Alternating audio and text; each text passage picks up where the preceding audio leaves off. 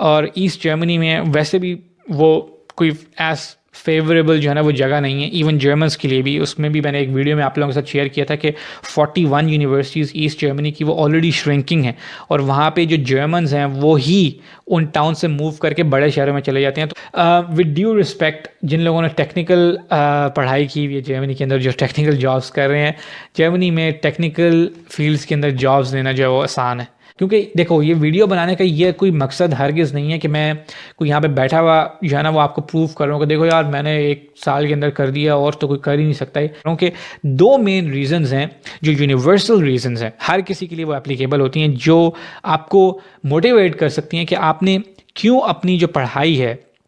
उसको as fast as possible ख़त्म करना है।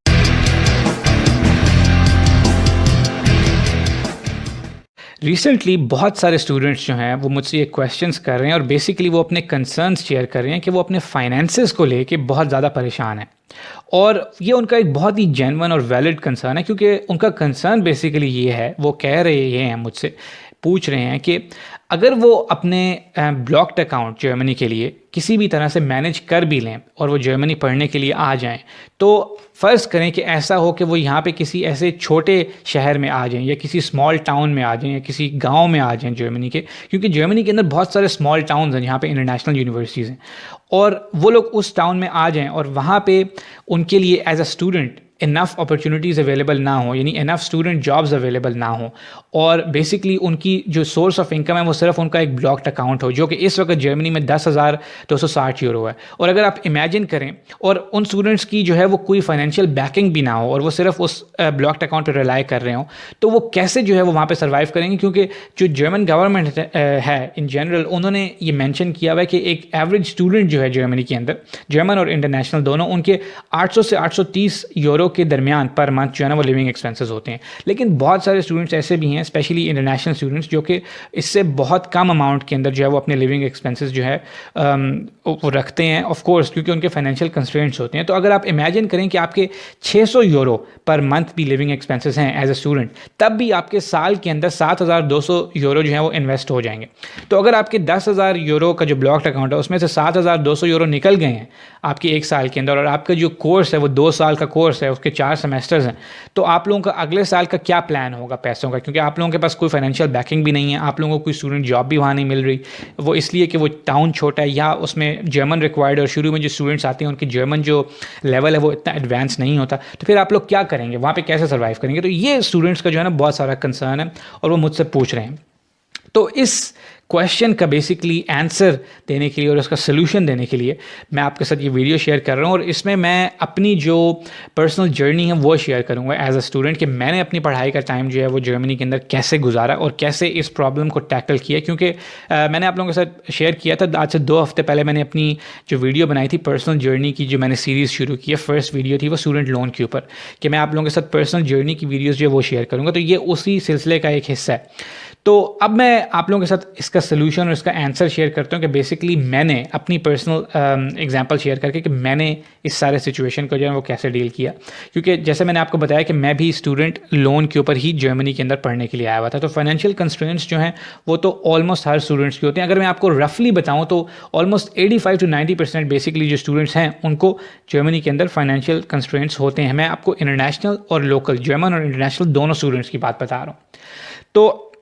हुआ यूँ कि मेरी यूनिवर्सिटी के अंदर बेसिकली जो मैंने कोर्स किया था वो MBA कोर्स था, ठीक है, और वो कोर्स जो था वो 2 साल का MBA था, जिसका मतलब है कि उसके अंदर 4 सेमेस्टर्स थे। और हमारे कोर्स में इस तरह से था कि जो 4 सेमेस्टर्स थे वो उन्होंने डिवाइड किए हुए थे मॉड्यूल्स के अंदर। अब जर्मनी के अंदर आपको पता है कि जो पढ़ाई होती है बेसिकली, जो स्पेसिफिकली मैं टेक्निकल यूनिवर्सिटीज़ की बात कर रहा हूँ क्योंकि मैंने TU से पढ़ा है, जो टेक्निकल यूनिवर्सिटी होती है, और जर्मनी के अंदर फ़ाख़ोख़शूले भी होते हैं और टेक्निकल यूनिवर्सिटीज़ भी होती हैं। और इनके दरमियान क्या डिफरेंस होता है, इनके अंदर जो स्टडी स्टाइल है वो कैसा होता है, उसके ऊपर मैंने एक अलग से एलैबोरेट वीडियो बनाई हुई है, तो वो आप ज़रूर देखिएगा इस वीडियो के बाद, ताकि आपको क्लियर हो जाए क्योंकि मैं क्यों टेक्निकल यूनिवर्सिटी की बात कर रहा हूँ। तो टेक्निकल यूनिवर्सिटी में बेसिकली जो पढ़ने का स्टाइल होता है वो बिल्कुल जो है ना वो आपका इंडिपेंडेंट स्टाइल होता है, वो आपका पर्सनल इनिशिएटिव होता है, आप इसको यूँ कह सकते हैं कि आप लोगों ने खुद हर चीज़ मैनेज करनी होती है, आप लोगों ने खुद अपना टाइम टेबल सेट करना होता है, आप लोगों ने खुद अपना स्केड्यूल बनाना होता है। ऐसा नहीं होता कि वो यूनिवर्सिटी वाले आपको बताते नहीं हैं, वो आपको कंप्लीट इन्फॉर्मेशन देते हैं, वो कोई इन्फॉर्मेशन हाइड नहीं करते। वहाँ पे एडवाइजरी सर्विसेज होती हैं, वहाँ पे स्टूडेंट काउंसिल्स होती हैं, स्पेशली इंटरनेशनल ऑफिस के सेंटर बने होते हैं हर यूनिवर्सिटी के अंदर जो आपको गाइडेंस देते हैं। नहीं तो आपके प्रोफेसर्स होते हैं, प्रोफेसर के पास टाइम ना हो तो उनके सेक्रेटरीज होते हैं, आप उनसे पूछ सकते हैं, आपके कोर्स असिस्टेंट्स होते हैं, बहुत सारे सोर्सेज होते हैं, लेकिन वो इन्फॉर्मेशन आपके पास नहीं आती जैसे कि हमारे स्कूल्स या कॉलेजेस में होता है कि आप तक वो इन्फॉर्मेशन फोर्सफुली पहुंचाई जाती है, वो आपको खुद हंट करनी होती है वो इन्फॉर्मेशन। जिस वजह से बहुत सारे स्टूडेंट्स जो हैं वो एक इस डिलेमा के अंदर चले जाते हैं कि वो उसी मोड के अंदर होते हैं कि वो एक्सपेक्ट कर रहे होते हैं कि हमें हर चीज़ फीड की जाएगी और तब हम उसके अकॉर्डिंग चलेंगे। तो यहाँ पे जो TU की पढ़ाई है बेसिकली वो पर्सनल इनिशिएटिव का नाम है।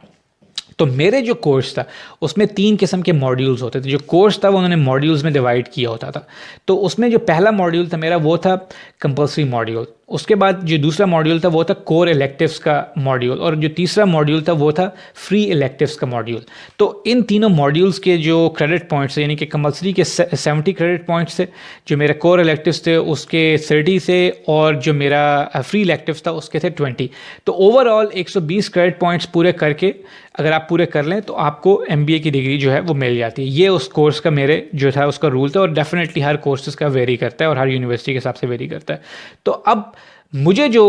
उसमें जब मैंने स्टार्ट किया वो पढ़ना, तो बेसिकली होता यूँ है मोस्टली और हर यूनिवर्सिटी में जर्मनी के अंदर कि शुरू में आपका एक ओरिएंटेशन वीक होता है जिसके अंदर वो आपको जो स्पेशली इंटरनेशनल स्टूडेंट्स होते हैं, और वो चाहे इंटरनेशनल ना भी हो लेकिन इंटरनेशनल स्टूडेंट्स के लिए स्पेशली और अरेंज होता है ओरिएंटेशन वीक। और उसमें वो आपको बताते हैं कि आपकी मॉड्यूल्स के बारे में, आपके कोर्सेज़ के बारे में, आपके लेक्चर हॉल्स के बारे में, सेमिनार्स के बारे में, आपकी यूनिवर्सिटी के बारे में, लाइब्रेरीज़ के बारे में, डॉर्मेटरीज़ पर डेली लाइफ के बारे में, यानी कि आपको बहुत ज़्यादा इन्फॉर्मेशन देते हैं फेमिलियराइज करवाने के लिए। तो वहाँ पे प्रॉपर सेशन उन्होंने हमें दिए और उन्होंने बताया कि आप लोगों ने कैसे अपनी डिग्री को प्लान करना है या कैसे आप कर सकते हैं। तो वो हर स्टूडेंट जो है ना वो अटेंड करता है, और मैंने भी वो अटेंड किया। लेकिन जब मेरा कोर्स स्टार्ट हो गया तो वो ऑफ कोर्स, क्योंकि वो उस वक्त इतना ज़्यादा इन्फॉर्मेशन का फ्लो होता है कि आप उस इन्फॉर्मेशन को,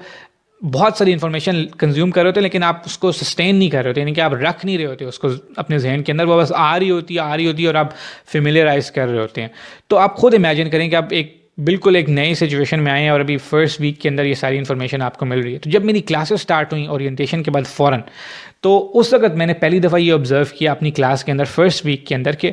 मेरा फर्स्ट सेमेस्टर था, और फर्स्ट सेमेस्टर के अंदर हमारी यूनिवर्सिटी में यूँ हो रहा था कि फ़र्स्ट और थर्ड सेमेस्टर उन दोनों के कोर्सेज इकट्ठे ऑफ़र होते थे। यानी कि विंटर का जो सेमेस्टर था, फर्स्ट और थर्ड उनके दोनों के कोर्सेज ऑफ़र होते थे, दोनों के लेक्चर्स साइमल्टेनियसली चल रहे होते थे, और उनके टाइमिंग्स जो थे वो एक दूसरे से क्लैश नहीं करते थे। यानी कि अगर कोई चाहता तो वो फर्स्ट और थर्ड सेमेस्टर की दोनों लेक्चर्स जो है वो एक ही सेमेस्टर के अंदर अटेंड कर सकता था। तो मैंने ये देखा कि बहुत सारे थर्ड सेमेस्टर के जो हमारे सीनियर्स थे वो हमारे साथ फर्स्ट सेमेस्टर के कोर्सेज में पार्टिसिपेट कर रहे थे, क्योंकि उनका किसी वजह से उन्होंने वो कोर्स फर्स्ट सेमेस्टर में अटैम्प्ट ही नहीं किया था, उन्होंने लिया नहीं था, उसकी कोई भी रीज़न थी, या वो ले नहीं सके, कोई हेल्थ रीजंस थी, या वो जर्मनी पहुँचे लेट तो वो कोर्स आधा हो चुका था, या वो फेल हो गए थे उस कोर्स में। तो एनी वो कोर्स हमारे साथ ले रहे थे। इससे मुझे जो आइडिया प्रॉम्प्ट हुआ वो ये हुआ कि यार देखो, अगर वो थर्ड सेमेस्टर के हमारे साथ फर्स्ट के ले रहे हैं तो हम भी जो फर्स्ट सेमेस्टर में हैं वो भी थर्ड के कोर्सेज ले सकते हैं।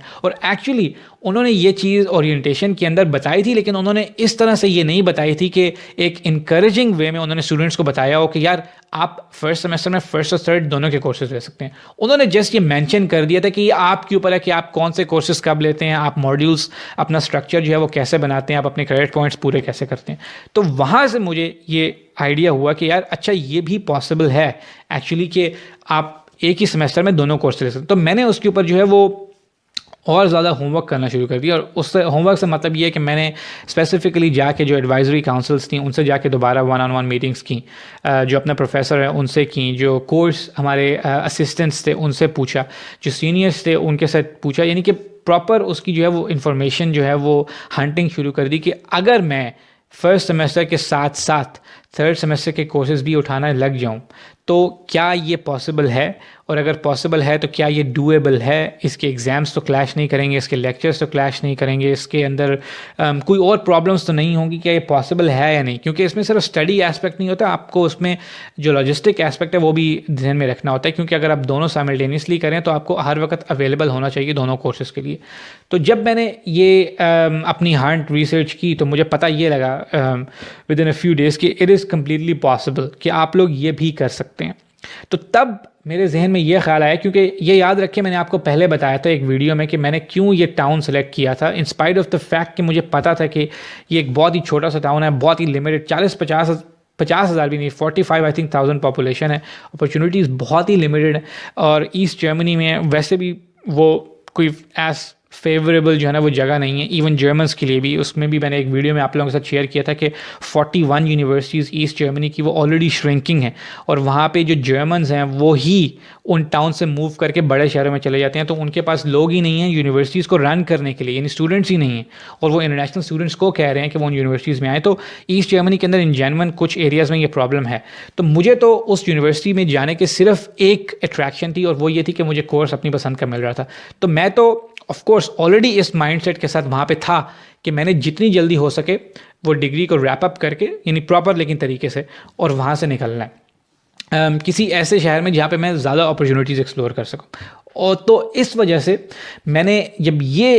इंफॉर्मेशन गैदरिंग शुरू की तो मुझे पता ये लगा कि यार ये तो एग्जैक्टली पॉसिबिलिटी है, सिर्फ उसको स्केड्यूल को आपको ऐसे सेट करना है कि आप दोनों क्लासेस भी ले लें, आप उनके कोर्स वर्क्स भी कर लें, आप उनके सेमिनार्स भी अटेंड कर लें, लेक्चर्स भी अटेंड कर लें, और फिर डेफिनेटली आप उनके एग्ज़ाम्स की तैयारी भी कर लें। तो ये काफ़ी बड़ा जो है ना वो एक चैलेंज आप उसको कह लें वो था, और बड़ा एक मेहनत टास्क था। सबसे पहले तो इन्फॉर्मेशन इसकी हंट करना, ठीक है। तो मैंने वो किया, और उसके बाद मैंने ये डिसीजन किया कि मैं फर्स्ट सेमेस्टर के अंदर फर्स्ट और थर्ड दोनों के कोर्सेज़ लूँगा, और मैं वो दोनों कोर्सेज़ करूँगा, क्योंकि मेरा जो एम था, जो मेरी मोटिवेशन थी वो ये थी कि मुझे as fast as possible best possible way में इस जो मास्टर्स प्रोग्राम है इसको कंप्लीट करना है, इसको रैप अप करना है, और जो भी मेरी फेवरेट डेस्टिनेशन है जर्मनी के अंदर, जो भी सीरीज़ मैंने टारगेट किए हुए थे एज अ प्रोफेशनल लाइफ और रहने के लिए, वहाँ पे जाना है। क्योंकि छोटे जो गांव हैं जर्मनी के, वहाँ पे बेसिकली होता कुछ भी नहीं है रहने के लिए, वहाँ पे सिर्फ पढ़ाई के लिए वो जगह अच्छी होती हैं, ठीक है। ये एक अलग टॉपिक है खैर, लेकिन अभी मैं वापस आता हूँ अपनी पर्सनल जर्नी के ऊपर।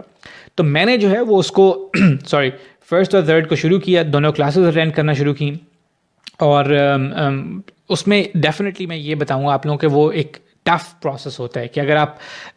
Twice the amount of lectures ले रहे हैं और twice the amount of work कर रहे हैं, होमवर्क कर रहे हैं, असाइनमेंट्स कर रहे हैं, ग्रुप टेस्ट में पार्टिसिपेट कर रहे हैं, तो डेफिनेटली आपके पास टाइम कम बचता है। और जैसे मैंने लास्ट वीडियोस में शेयर किया था कि मैंने पहले सेमेस्टर में तो आप वैसे ही सिस्टम के साथ फेमिलियराइज होते होते ही 3-4 महीने लग जाते हैं, और आपका जो आप हाउस ओनर बिहोल्डर में जाके वीज़ा अप्लाई करते हैं तो उसमें भी 2-3 महीने लग जाते हैं, ठीक है, क्योंकि आप टेम्प्रेरी स्टूडेंट वीज़ा लेके आए होते हैं। तो वैसे भी आपके पास टाइम बहुत होता है, स्टूडेंट जॉब आपकी शुरू हुई भी नहीं होती क्योंकि आप कर भी नहीं सकते। तो इस टाइम को मैक्सिमम तरीके से आप कैसे यूटिलाइज़ कर सकते हैं? एक तरीका ये है कि आप एक ही सेमेस्टर में अगर 4 कोर्सेज ऑफर हो रहे हैं तो आप उन्हीं को पढ़ते हैं, बाकी आप अच्छी तरह से इनको पढ़ लेते हैं, आपके पास आधा दिन फिर भी बच जाता है। वो टाइम आप कोई भी और काम करने में लगा दें, यूट्यूब देखते रहें, सारा दिन फिल्में देखते रहें। एक तरीका ये है कि आप इसको ऐसे गुजार सकते हैं। दूसरा तरीका ये है कि आप अपने उसको ऑप्टिमाइज़ कर लें और आप कहें कि यार ये जो टाइम बच रहा है इसमें मैं जो एक्स्ट्रा कोर्सेज हैं वो क्यों ना उठा लूँ, ताकि वहाँ से वो टाइम जो आगे मैंने थर्ड सेमेस्टर में लगाना है वो बच जाए। तो मैंने इसको जो है वो इस अप्रोच से लिया। तो मैं उसको करता गया, और वो डेफिनेटली वो मुश्किल भी था क्योंकि मेरा मोस्टली जो टाइम है वो क्लासेस में गुजरता था शुरू में, फर्स्ट सेमेस्टर में। सेकंड में भी एक्चुअली ऐसे ही गुजरा, लेकिन सेकंड में मैंने जो है वो स्टूडेंट जॉब भी शुरू कर दी थी, जैसे मैंने आप लोगों के साथ पहली वीडियो में शेयर किया था। तो फर्स्ट सेमेस्टर में मोस्टली जो है वो टाइम ऐसे ही गुजरता था कि सुबह क्लासेस और शाम को दोपहर को लाइब्रेरी, रात तक जब तक लाइब्रेरी होती थी, क्योंकि हमारी लाइब्रेरी फाइव की जो है वो रात को 12 बजे बंद हो जाती थी। तो कई लाइब्रेरीज़ जो हैं वो यूनिवर्सिटीज़ में वो खुली भी रहती हैं। तो ये स्केड्यूल होता था, और ये काफ़ी ज़्यादा टफ स्केड्यूल था, लेकिन क्योंकि मेरी जो है वो इसके अंदर मोटिवेशन बहुत ज़्यादा थी, क्योंकि वही बात बताऊंगा कि जैसे मैंने पहले शेयर किया कि मैं इस लेवल ऑफ मोटिवेशन के साथ पढ़ने के लिए आया था, इंफॉर्मेशन कलेक्ट करके, कि मैं एंथुजियास्टिक था वो कोर्स पढ़ने के लिए, उस एटमॉस्फेयर से कुछ सीखने के लिए, वहाँ पे जो मुख्तलिफ मुल्कों के हमारे क्लासमेट्स थे उनसे, या मुख्तलिफ जो हमारे प्रोफेसर्स थे उनसे, या इन जनरल जो भी एक नए मुल्क में अब्रॉड आप जाते हैं और एक डेवलप्ड मुल्क में आप जाके वहाँ से जो कुछ भी आप सीख सकते हैं। तो इस लिहाज से जो है वो मैं मोटिवेटेड था और काफ़ी ज़्यादा चार्ज था। तो ये चार्जिंग जो है वो मैंने कम नहीं होने दी। तो मैंने प्लान यही किया कि मैंने फर्स्ट सेमेस्टर में फर्स्ट और थर्ड दोनों के कोर्सेज़ लिए और फिर मैंने उसका एग्ज़ाम दिया फर्स्ट सेमेस्टर के एंड में, यानी कि दोनों के एग्ज़ाम्स भी होते थे और एग्ज़ाम्स भी क्लैश नहीं करते थे। तो फॉर्चुनेटली मेरे एग्ज़ाम्स भी क्लियर हो गए। तो मैंने एक सेमेस्टर के अंदर अब मेरे 2 सेमेस्टर्स जो हैं वो क्लियर हो चुके हुए थे। उसके बाद जब मेरा सेकंड सेमेस्टर स्टार्ट हुआ तो सेकंड सेमेस्टर में भी यही सेम फार्मूला अप्लाई होता है कि आप सेकंड में सेकंड और फोर्थ दोनों के कोर्सेज ले सकते हैं और वो दोनों ऑफ़र होते हैं समर सेमेस्टर में। तो फोर्थ सेमेस्टर यूजुअली मेरे कोर्स का ऐसा था, देखिए ये मैं आपको अपना पर्सनलाइज्ड वर्जन बता रहा हूँ क्योंकि ये मेरी पर्सनल जर्नी है, ये कोई जेनेरिक हर जर्मनी की यूनिवर्सिटी का रूल मैं आपको नहीं बता रहा क्योंकि ये मेरी अपनी स्टोरी है, ठीक है। और जो कोर्स मैंने पढ़ा है, जो यूनिवर्सिटी जिसमें मैथ और जो सिचुएशन उस वक्त थी, तो उसके अंदर जो फोर्थ सेमेस्टर था हमारा, उसके अंदर एक हमारा मास्टर थीसिस था और उसके अलावा 2 हमारे और सब्जेक्ट्स थे। वो भी जो है वो कोर इलेक्टिव का एक था और एक फ्री इलेक्टिव का था। तो निस्बतन फोर्थ सेमेस्टर में आपके सवाए मास्टर थीसिस के ज़्यादा कुछ होता है नहीं, वो 2 सब्जेक्ट ही होते हैं। तो वो 2 सब्जेक्ट मैंने फोर्थ के ले लिए सेकंड में और सेकंड में ही उनको रैप अप कर दिया। तो सेकंड के एंड में मैंने सेकंड और फोर्थ उन दोनों को भी रैप अप कर दिया, यानी कि उनको लेके उनके लेक्चर्स, उनकी रिक्वायरमेंट्स पूरी करके। और ये कि मैं उसमें कोई ये नहीं बता रहा कि मैंने कोई क्लासेस उसमें छोड़ दी हैं, ये नहीं कि मैंने प्रॉपर जो उसकी रिक्वायरमेंट्स थी कोर्स की, जो असाइनमेंट, क्योंकि उसके बगैर आप पास ही नहीं कर सकते कोर्स अगर आप वो रिक्वायरमेंट्स फुलफिल ना करें। और उसमें एक सर्टेन नंबर ऑफ जो सेमिनार्स होते हैं उसमें अटेंडेंस भी रिक्वायर्ड होती है। तो जब सेकेंड सेमेस्टर के मेरे एग्जाम्स हुए तो उसमें मैंने सेकेंड और फोर्थ के वो दिए और वो भी मेरा जो है उसमें फॉर्चुनेटली क्लियर हो गया। तो अब सिचुएशन मेरी ये हुई कि फ़र्स्ट और सेकंड सेमेस्टर मैं गुजार चुका था और ये तकरीबन मुझे 10 महीने इस वक्त हो चुके थे, क्योंकि मोस्टली जो सेमेस्टर होते हैं वो ऑन पेपर तो वो 6-6 महीने का होता है, लेकिन वो होता असल में 4-4 महीने का। तो जो पहला सेमेस्टर भी था वो 1 अक्टूबर से लेके 31 मार्च तक था। और उसके अलावा जो सेकंड सेमेस्टर था मेरा वो कब शुरू होता है, सेकंड सेमेस्टर शुरू होता है कि हाँ वो था I think any how second semester की जो भी डेट थी, सेकेंड सेमेस्टर ख़त्म जो हुआ था वो हुआ था अगस्त के एंड में, यानी कि 30 अगस्त तक एग्जामिनेशन जो है वो ख़त्म हो जाते हैं और क्लासेस एग्जामिनेशन से भी पहले ख़त्म हो जाती हैं। तो 10 महीने का ये टोटल टाइम था जो पहले 2 सेमेस्टर्स में जो है वो मैंने इन्वेस्ट किया, मैंने उसको उसमें गुजारा। और 10 महीने के अंदर अंदर जो प्रैक्टिकली जितने भी जो कोर्स थे, जो सेमिनार्स थे, जो लेक्चर्स थे, जो एग्ज़ाम्स थे, जो कोर्स वर्क्स थे, जो भी रिक्वायरमेंट्स थी अदर देन मास्टर थीसिस, वो मैंने क्लियर कर ली। तो अब बचा कुछ भी नहीं, यानी कि कोई रीज़न नहीं बची बेसिकली उस छोटे से गांव के अंदर रहने के लिए, क्योंकि बेसिकली जो ये सारा करने की वजह थी, जो प्रैक्टिस थी, जो मोटिवेशन थी इसके अंदर वो ये थी। और जो मैं आप लोगों के साथ बेसिकली जो सोल्यूशन भी है जो शेयर कर रहा हूँ कि 2 मेन रीज़न्स हैं जो यूनिवर्सल रीज़न्स हैं, हर किसी के लिए वो एप्लीकेबल होती हैं, जो आपको मोटिवेट कर सकती हैं कि आपने क्यों अपनी जो पढ़ाई है उसको एज़ फास्ट एज़ पॉसिबल ख़त्म करना है। उसमें पहली जो रीज़न है वो ये है कि वो कॉस्ट इफ़ेक्टिव थी। ये सोल्यूशन बहुत ही ज़्यादा कॉस्ट इफ़ेक्टिव था। डेफिनेटली वो टफ़ था, लेकिन उसका फ़ायदा या उसकी मोटिवेशन आपको ये मिलती है कि वो एक कॉस्ट इफ़ेक्टिव सोल्यूशन था। दूसरा उसका एडवांटेज सबसे बड़ा ये है, या जो मोटिवेशन की रीज़न थी वो थी कि आपकी जो जॉब मार्केट में जर्मनी के अंदर जो एंट्री है वो बहुत ही तेज़ी से हो जाती है, क्योंकि आपको 1 साल और इंतज़ार नहीं करना पड़ता। आपने 1 साल किया और 1 साल के बाद आप रेडी हो गए, क्योंकि आप कोर्सेज सब अपने पास कर चुके हैं। जो आपका थीसिस है वो बेसिकली आपने लिखना होता है अपने सुपरवाइज़र के साथ टाइम टू टाइम मीटिंग्स करके, लेकिन वो कोई रेगुलर क्लासेस नहीं होती कि आपको फिज़िकली वहाँ पे कैंपस में प्रेजेंट होना हो और तब आप लिख सकें। जिसका मतलब ये है कि आप अवेलेबल हो जाते हैं एक फुल टाइम इंडस्ट्री में काम करने के लिए एज एन इंटर्न या as a full time employee. तो सबसे बड़े इसके ये 2 एडवांटेजेस थे और मैंने भी इसी वजह से, जो कि मैं आप लोगों के साथ भी यही शेयर करूँगा, क्योंकि मुख्तलिफ लोगों की मुख्तलिफ मोटिवेशन हो सकती हैं। क्योंकि अगर आप देखें कॉस्ट इफेक्टिवनेस पे जाएँ तो पूरी जो 1 साल का, जैसे मैंने आपको बताया कि अगर आप इस साल को आप बचा लें तो इसका मतलब ये है कि आपने रफली 7-7.5 हज़ार यूरो जो है ना वो अपने सेव कर लिए हैं। क्योंकि अगर आप 600 यूरो भी एक महीने का अपना एक्सपेंडिचर लगा रहे हैं तो ये 12 महीने को जो है वो 7,200 यूरो बनता है, ठीक है। और क्या पता आपके इससे ज़्यादा एक्सपेंडिचर हो, या अगर आपके इससे कम भी हों तब भी आप 5-6 हज़ार यूरो तो बचा ही रहे हैं ना। और 5-6 हज़ार यूरो से भी जो बड़ी चीज़ है वो एक पूरी ज़िंदगी का आप अपना साल बचा रहे हैं, ठीक है। तो सबसे बड़ी इसकी ये मोटिवेशन थी। और उसके बाद हुआ भी यही कि जब मैंने अपना फर्स्ट और थर्ड सेमेस्टर जो है वो फर्स्ट, सेकंड, थर्ड और फोर्थ के जितने भी मॉड्यूल्स थे वो क्लियर कर लिए एक्सेप्ट मैथ्स, तो जो मेरा एक महीना एक्स्ट्रा मुझे वो 10वें महीने के बाद 11वां महीना जो मुझे वहाँ पे लगाना पड़ा, वो इसलिए क्योंकि जो मैथ्स होता है आपका, वो आपको अपने सुपरवाइज़र के साथ जो है वो प्लान करना होता है। सबसे पहले आप लोगों को खुद प्रपोजल्स देने होते हैं या प्रोफेसर आपको देते हैं, फिर आपने उनसे मीटिंग्स करनी होती हैं, फिर वो उस मीटिंग्स के अंदर टाइम लग जाता है क्योंकि वो सिर्फ आपके लिए तो वहाँ पे नहीं बैठे होते, और भी स्टूडेंट्स होते हैं। तो उसकी प्लानिंग में, उसकी स्केजुलिंग में, उसको फाइनलाइज कराने में, उसके बाद उसके साथ उस पर थोड़ा सा काम करने में, इनिशियली उनके साथ उनको ड्राफ्ट्स दिखाने में, फिर आप जो है वो इस पोजीशन में होते हैं कि आप इंडिपेंडेंट हो जाते हैं कि अब मैं ये थीसिस लिख लूँगा खुद, और फिर आप ये डिसाइड कर लेते हैं। मेरी यूनिवर्सिटी में ऐसे था कि हमारे प्रोफेसर्स जो थे प्रॉब्ली वो बहुत ही काइंड थे, इस लिहाज से बहुत ही अच्छे थे कि उन्होंने ये मुझे कहा था, क्योंकि मैंने उनको ये बताया हुआ था कि देखिए मैंने अपने कोर्सेज़ हर चीज़ ख़त्म कर ली है, तो मैं बेसिकली जो है अब मूव हो रहा हूँ अपनी इंटर्नशिप हंट के लिए एक और शहर में जहाँ पे ज़्यादा अपॉर्चुनिटीज़ हैं।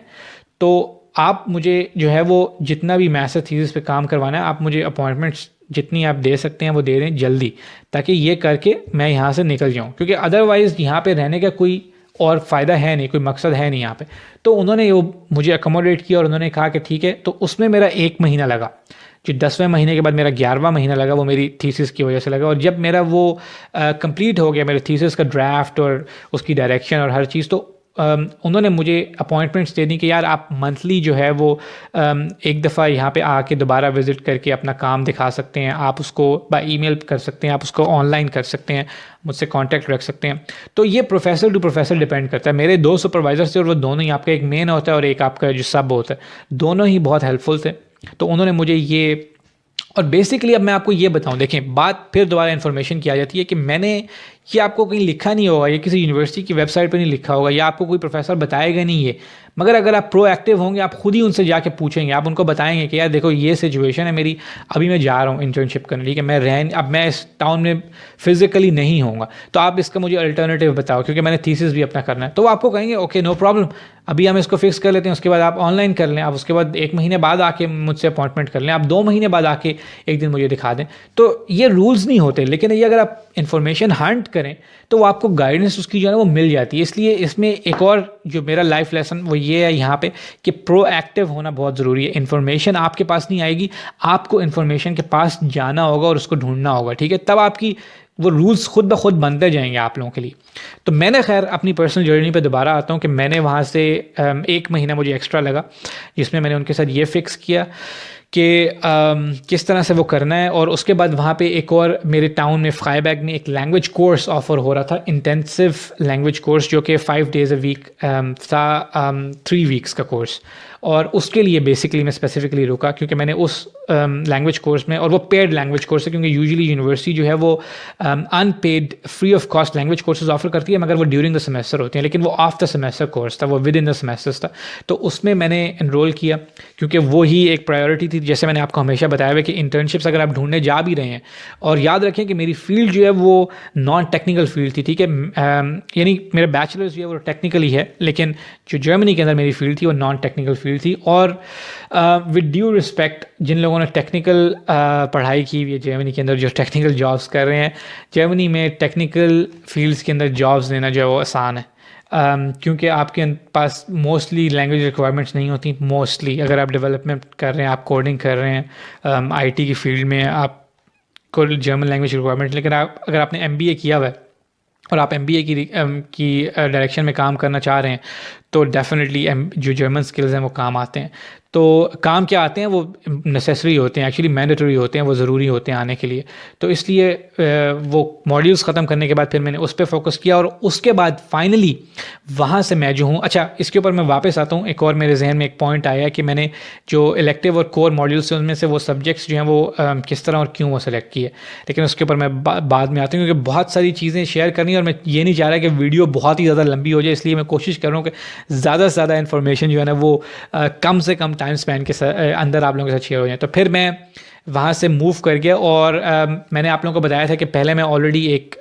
जो स्टुटगार्ट है वहाँ पे 1 महीना गुजार चुका था इसी एक्सप्लोरेशन के लिए कि अगर मैं वहाँ पे जाऊँ जॉब मार्केट के लिए, तो वो जो है वो मेरा एक्सपीरियंस कोई बहुत पॉजिटिव नहीं था स्टुटगार्ट का। तो फिर मैंने जो अपने लिए नेक्स्ट सिटी, और वो क्यों नहीं था,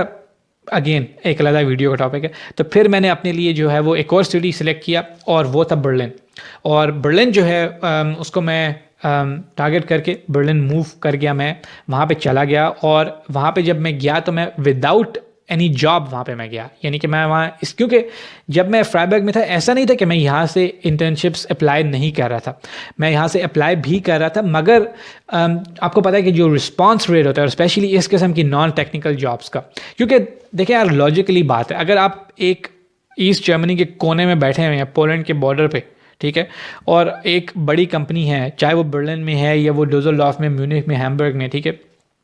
उनको अगर एक इंटर्न चाहिए तो वो आपको ट्रेन का 200 यूरो का टिकट दे के जो है ना वो नहीं बुलाएंगे 400 यूरो की इंटर्नशिप के लिए, ठीक है। वो यही कोशिश करेंगे। और जो बड़े शहर हैं जैसे म्यूनिख, हैम्बर्ग या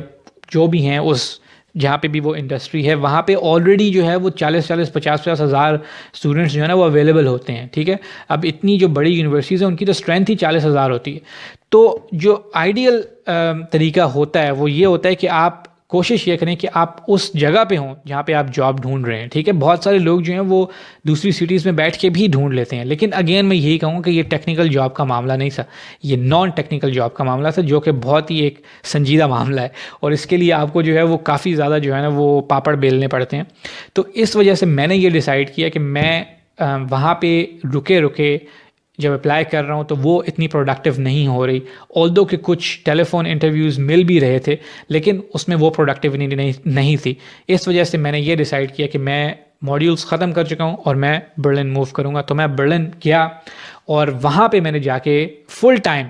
जो है वो मैंने अपनी इंटर्नशिप हंट जो है वो स्टार्ट कर दी बर्लिन के अंदर ही ऑफ कोर्स। और उसमें मेरी ये स्केड्यूल होता था कि मैं सुबह के वक्त सारा टाइम जो है वो इंटर्नशिप्स ढूंढता था, कवर लेटर्स लिखता था, सीवी जो है वो लिखता था हर उसके लिए, उनके साथ कांटेक्ट करता था, उनको अप्लाई करता था, और शाम के वक्त दोपहर के वक्त जो है वो अपना मास्टर थीसिस जो है वो कंप्लीट करता था। तो उसमें भी फॉर्चुनेटली यही हुआ कि 2013 और 14 जो है ये बहुत ही अच्छा टाइम था बर्लिन मूव करने के लिए, क्योंकि उस वक्त बर्लिन के अंदर जो है वो एक आप कह लें कि स्टार्टअप का जो है ना वो एक बूम आया हुआ था। 2011-12 से एक्चुअली ये शुरू हो गया हुआ था, लेकिन 13-14 में ये अपने पीक पे था। और उस वक्त जो है बर्लिन के अंदर बहुत ज़्यादा इन्वेस्टमेंट्स थी, अभी भी है स्टार्टअप के अंदर, लेकिन उस वक्त ये बहुत ही एक नया कॉन्सेप्ट था एज़ कम्पेयर टू बाकी जर्मन सीरीज़ जो हैं। तो उधर बहुत सारी पोजीशंस भी ओपन हो रही थी, उनको बहुत सारे जो है वो डिफरेंट प्रोफाइल्स के स्टूडेंट भी चाहिए थे, वर्किंग स्टूडेंट भी चाहिए थे, इंटर्न्स भी चाहिए थे, जूनियर मैनेजर्स भी चाहिए थे। तो वहाँ पे एक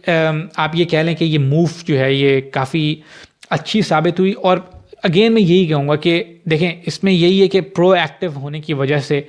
जो है ना वो अपॉर्चुनिटीज़ आपको मिलती हैं। वो ऐसा नहीं हुआ कि बर्लिन जो है वो अब ये है वो शायद कम आती उस वक़्त उन लोगों तक, या आते आते 6 महीने या 1 साल लग जाते कि बर्लिन के अंदर ये डेवलपमेंट्स हो रही हैं, जो स्टूडेंट्स दूसरे टाउन्स में रह रहे थे इंस्पायर उनके एज़ कम्पेयर टू वो लोग जो वहाँ ऑलरेडी मूव कर गए थे। और वहाँ पे क्योंकि मैं जब बर्लिन आया था तो यहाँ पे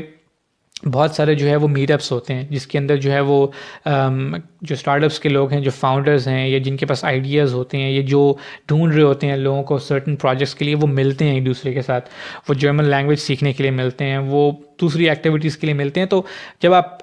इस तरह की जगह पे आ जाते हैं जहाँ पे अपॉर्चुनिटी ज़्यादा हो, तो वहाँ पे आप नेटवर्किंग करना स्टार्ट करते हैं, तो वहाँ पे आपको एक से आगे एक कनेक्ट होके जो है ना वो सोर्सेज मिलना शुरू हो जाते हैं। और ज़्यादा चांस होता है कि आप जल्दी जो है ना वो आप अपनी चीज़ वो अचीव कर लेंगे जिसलिए आप वहाँ पे आए हुए हैं, ठीक है। तो ये आप उसको कह लें कि ये प्रोएक्टिवनेस की वजह से होता है। अब ये आप इसमें उसको लक भी कह सकते हैं, आप उसको फॉर्चून भी कह सकते हैं, आप उसको पर्सनल एफर्ट भी कह सकते हैं, बहुत सारी चीज़ों का कॉम्बिनेशन होता है उसमें। सिर्फ मैं ये नहीं कहूँगा कि मेरा ही कोई कमाल था, लेकिन ये कि सही जगह पे होना, सही टाइम के ऊपर, इसमें आपका जो है ना वो थोड़ी सी लक भी होती है, लेकिन इसमें मोस्टली आपका अपना अमल दखल होता है कि आप कितना प्रोएक्टिव रहे, क्योंकि आप हाथ पैर मारते रहेंगे ना तो आपको डेफिनेटली कोई ना कोई सोर्स उसकी जो है ना वो उसको सिरा आपको उसका एज जो है ना वो मिल जाएगा। तो उसमें मुझे ये हुआ कि जब मैं 1 महीना मैंने गुजार लिया बर्लिन में, जो मैंने स्ट्रगल की इंटर्नशिप्स ढूंढने के लिए, जो कि बहुत ही कम टाइम है। और क्योंकि लोग जो हैं कई सारे स्टूडेंट्स मैंने देखे हैं मेरी अपनी यूनिवर्सिटी के और दूसरे भी, जिनको 6-6 महीने लग गए इंटर्नशिप ढूंढने में, 1-1 साल लग गया और कईयों को तो मिली भी नहीं। तो 1 महीने बाद मुझे बर्लिन के अंदर जो है वो फुल टाइम पेड इंटर्नशिप जो है वो मिल गई। तो इससे अब पूरा जो इसमें अगर आप देखें कि इस वक्त मुझे जो है वो 10 से 11 महीने हुए था, ऑलमोस्ट 1 साल हुआ था, और 1 साल के अंदर जो पढ़ाई थी वो कंप्लीट हो चुकी थी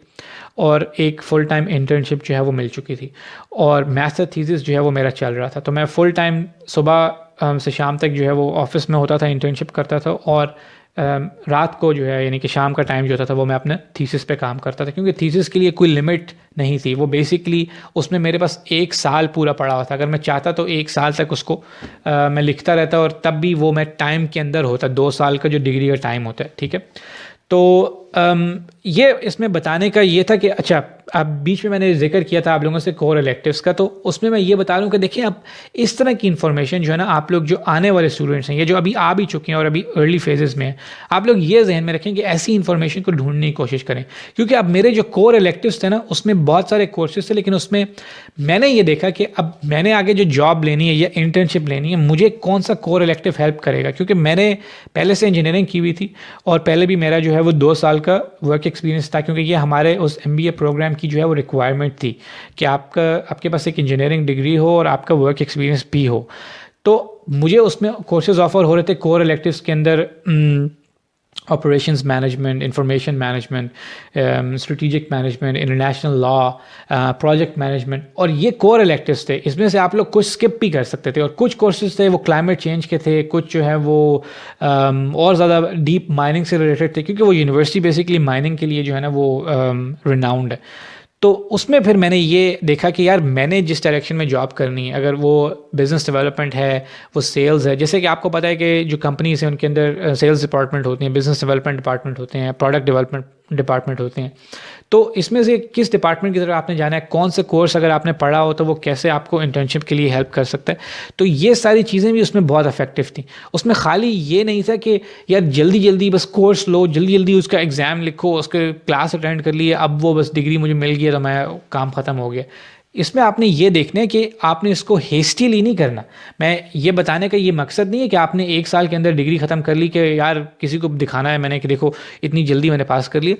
लेकिन उसमें आपने वो कोर्सेस देख के सेलेक्ट करने हैं, स्ट्रेटेजिकली आपने सेलेक्ट करने हैं कि आपने आगे जिस डायरेक्शन में आपने इंटर्नशिप्स ढूंढनी है, ये काम करना है, या अगर आपका पहले एक्सपीरियंस है तो वो आप कैसे उसके साथ कंबाइन करके आगे उसको प्रेजेंट कर सकते हैं। कि अगर आपने पहले भी काम किया हुआ बिजनेस डेवलपमेंट के अंदर और आप आगे से स्ट्रेटेजिक मैनेजमेंट और इंफॉर्मेशन मैनेजमेंट के कोर्सेज जो हैं वो पढ़ लेते हैं, तो आप कैसे उसको मर्ज करके आगे अपनी इंटर्नशिप्स जो हैं उस डायरेक्शन में ढूंढ सकते हैं। उसमें कोर इलेक्टिव्स हमारे ह्यूमन रिसोर्सेज और ऑर्गेनाइजेशनल बिहेवियर के सब्जेक्ट्स भी थे, और उसमें से आप इजीली जो है वो HR की फील्ड की तरफ भी निकल सकते थे। उसमें आप इजीली जो है, उसमें कॉस्ट अकाउंटिंग का कोर्स भी था, आप अकाउंटिंग की फील्ड के अंदर भी निकल सकते थे अगर आप उसमें इंटर्नशिप कर लेते। बेसिकली वो ओपन था, वो आपके ऊपर उसमें है कि आप अपनी डायरेक्शन कैसे सेट करते हैं। तो ये मैं बता इसलिए रहा हूँ कि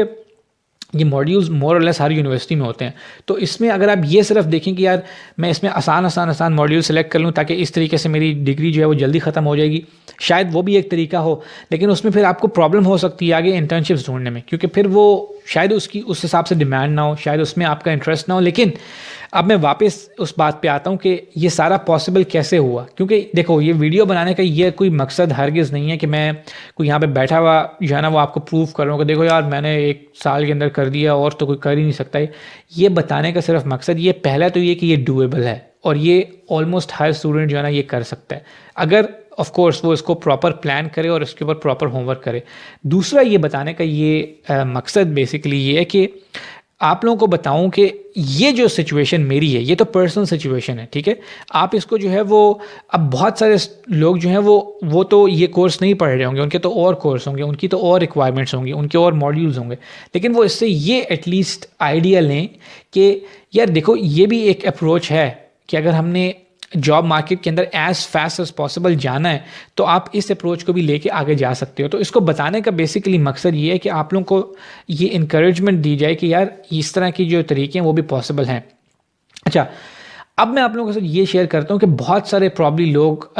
ये आपको कहेंगे कि यार उनकी सिचुएशन ये होगी, वो आपको कहेंगे कि यार देखो, हम तो एक यूनिवर्सिटी में गए और वो एक छोटा टाउन था रिलेटिवली, लेकिन हमें तो वहाँ पे ही भी मिल गई, हमें तो स्टूडेंट जॉब यूनिवर्सिटी के अंदर ही मिल गई, तो हमें तो कोई मोटिवेशन या रीज़न नज़र नहीं है कि हम क्यों अपनी डिग्री डिले करें। तो फेयर इनफ, आपको ज़रूरत भी नहीं है करने की। मैं ये बता रहा इसलिए हूँ कि ये एक पर्सनल जर्नी है, ठीक है। ये कोई जेनेरिक जर्नी नहीं है कि ये अब जर्मनी के अंदर 4 लाख इंटरनेशनल स्टूडेंट्स हैं और 450 यूनिवर्सिटीज़ हैं, तो ये नहीं कि ये हर स्टूडेंट के ऊपर ये एप्लीकेबल होता है क्योंकि मैंने ये किया तो अब सबको यही करना चाहिए।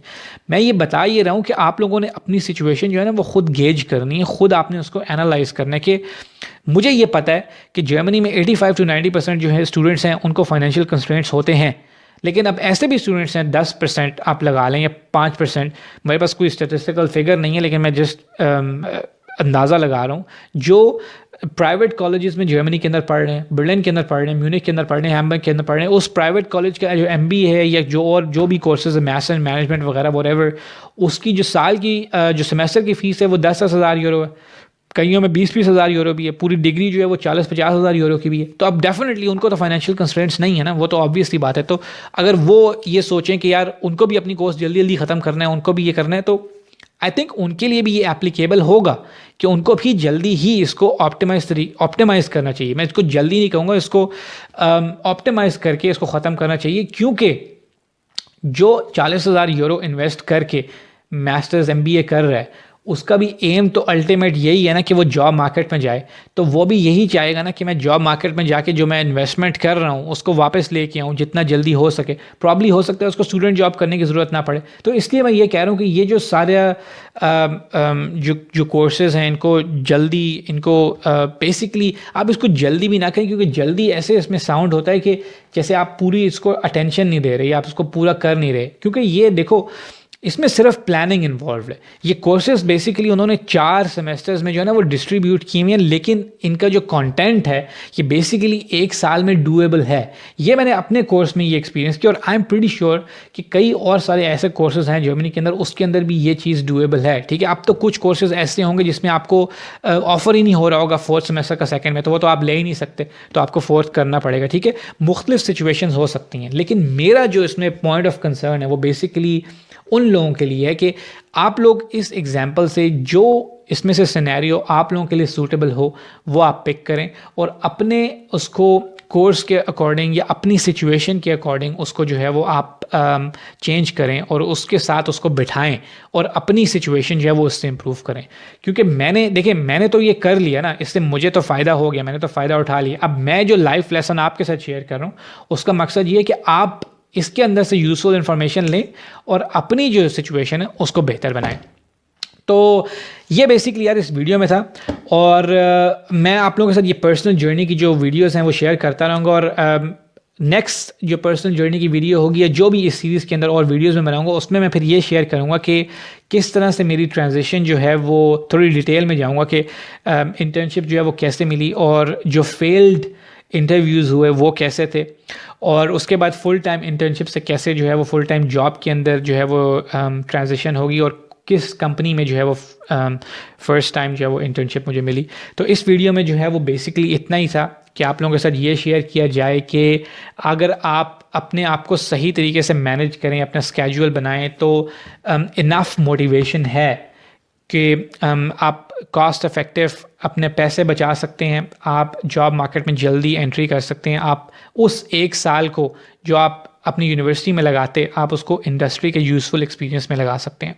तो आई होप कि इस वीडियो में जो मैंने अपनी पर्सनल जर्नी शेयर की उससे आप लोग कोई ना कोई डेफिनेटली आप लोगों को कोई एक दो पॉइंट्स या उसमें से कोई चीज़ डेफिनेटली जो है वो हेल्पफुल साबित होगी, पसंद आई होगी। तो अगर आप लोगों को ये वीडियो जो है वो यूज़फुल लगी है और इन्फॉर्मेटिव लगी है तो इसको एक थम्स अप जो है वो ज़रूर दीजिएगा। और वो लोग जो चैनल पे फ़र्स्ट टाइम आए हैं और उनको मेरी वीडियोस जो हैं वो इन्फॉर्मेटिव लग रही हैं तो वो चैनल को सब्सक्राइब करना मत भूलिएगा। और एंड में यही कहूँगा कि ये वीडियो देखने के लिए बहुत बहुत शुक्रिया।